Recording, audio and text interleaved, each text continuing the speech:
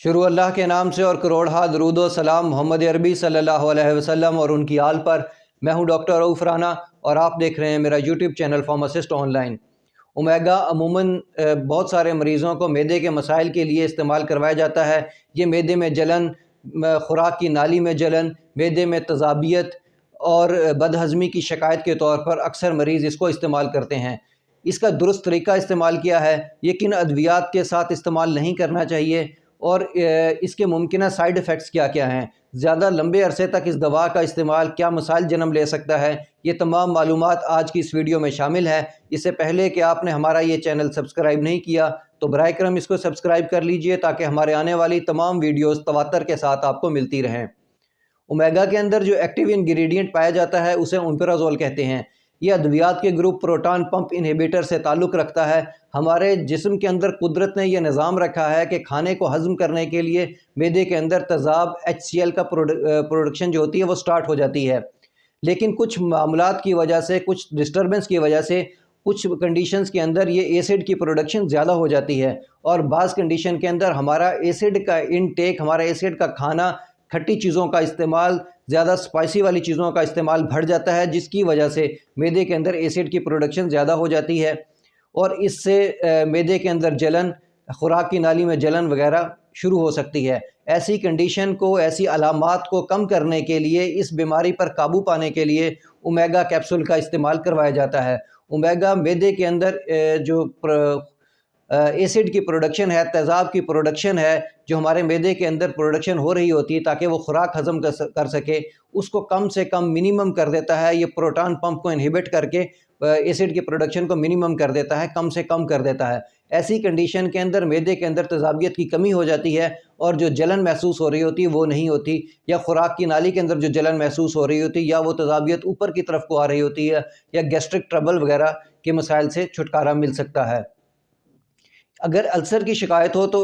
Omega का इस्तेमाल दीगर एंटीबायोटिक अद्वियात के साथ भी करवाया जाता है। अल्सर की सूरत में एसिड की प्रोडक्शन को कम करके उस ज़ख़म को थोड़ा सा वक्ती रिलीफ दिया जाता है और एंटीबायोटिक के इस्तेमाल से उस ज़ख़म को क्योर किया जाता है। ऐसी ख़वातीन जो प्रेगनेंट हों या अपने बच्चों को दूध पिला रही हों, उनको इस दवा का इस्तेमाल इंतहाई सोच समझ के करना चाहिए और अपनी गायनेकोलॉजिस्ट या डॉक्टर के मशवरे के साथ ही करना चाहिए। इसको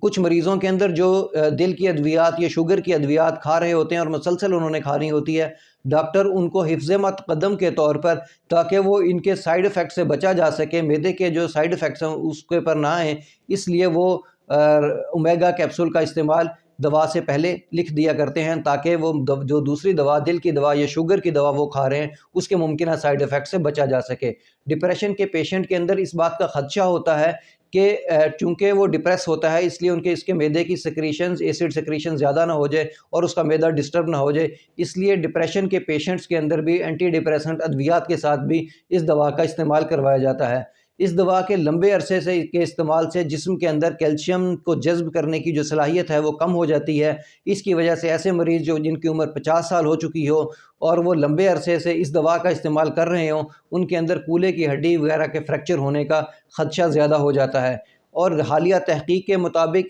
इस दवा के लंबे अरसे से इस्तेमाल से जिस्म के अंदर जो है मैग्नीशियम की सतह भी कम हो जाती है और मैग्नीशियम की एब्जॉर्प्शन भी कम हो जाती है, जिसकी वजह से दिल की धड़कन का बेतरतीब होना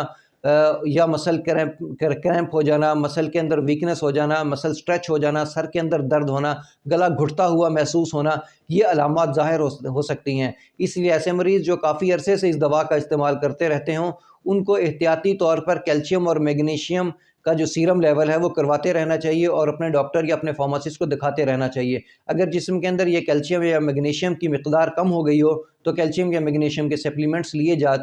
जा सकते हैं और इन अलामात को ओवरकम किया जा सकता है। इसके अलावा इसके मुमकिन साइड इफ़ेक्ट्स के अंदर सर दर्द, सर चकराना, मतली की कैफियत होना या मुँह का खुश्क होना या गले का खुश्क होना शामिल होते हैं, लेकिन तमाम मरीज़ों को ये अलामात ज़ाहिर नहीं होती, बहुत ही कम मरीज़ों को ये अलामात ज़ाहिर होती हैं। मुझे उम्मीद है कि मेरी ये वीडियो आपको पसंद आई होगी। अगर पसंद आए तो इसे लाइक और शेयर ज़रूर कीजिएगा। अल्लाह आपको और आपके तमाम अहले खाना को सेहत वाली ज़िंदगी अता करे। अल्लाह हाफ़िज़।